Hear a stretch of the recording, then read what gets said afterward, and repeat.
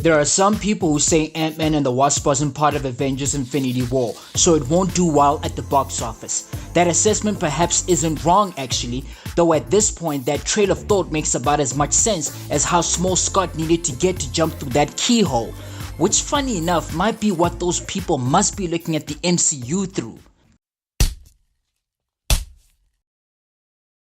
Z here guys, and come on though, right?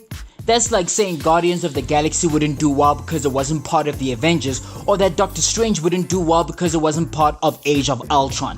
It's 2018 guys, phones have TVs and TVs have internet.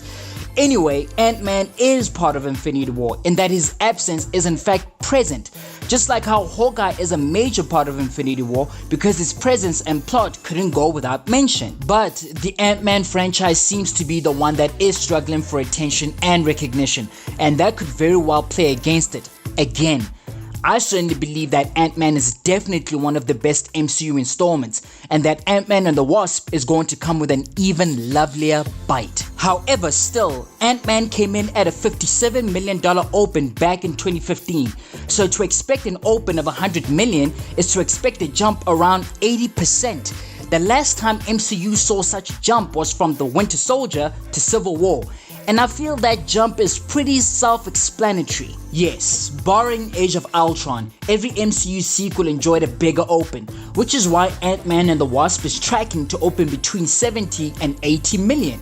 So for those who believe that word of mouth is priceless, well, in this case, it's worth a good 20 milli extra. But let's not forget that Infinity War was tracking at lower than 247 million, Civil War at around 165 million, and let's not even talk about Black Panther. So perhaps Ant-Man and the Wasp have it in them to be that silent kind of killer, Jumanji style. I think there's just simply not enough Ant. Yup, had to. In the anticipation. And like Ant-Man, I feel it'll be overlooked, even though the Wasp is joining the party this time.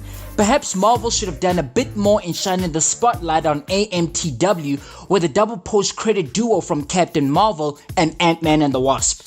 I mean, among kings and gods, Rudd is not an and, he's an ant. But I still got mad love though. Do you think AMTW will come in 100 milli strong, or is that ambitious? Your thoughts, your likes, I'd love. Sink, swim, or stink. This is what I think.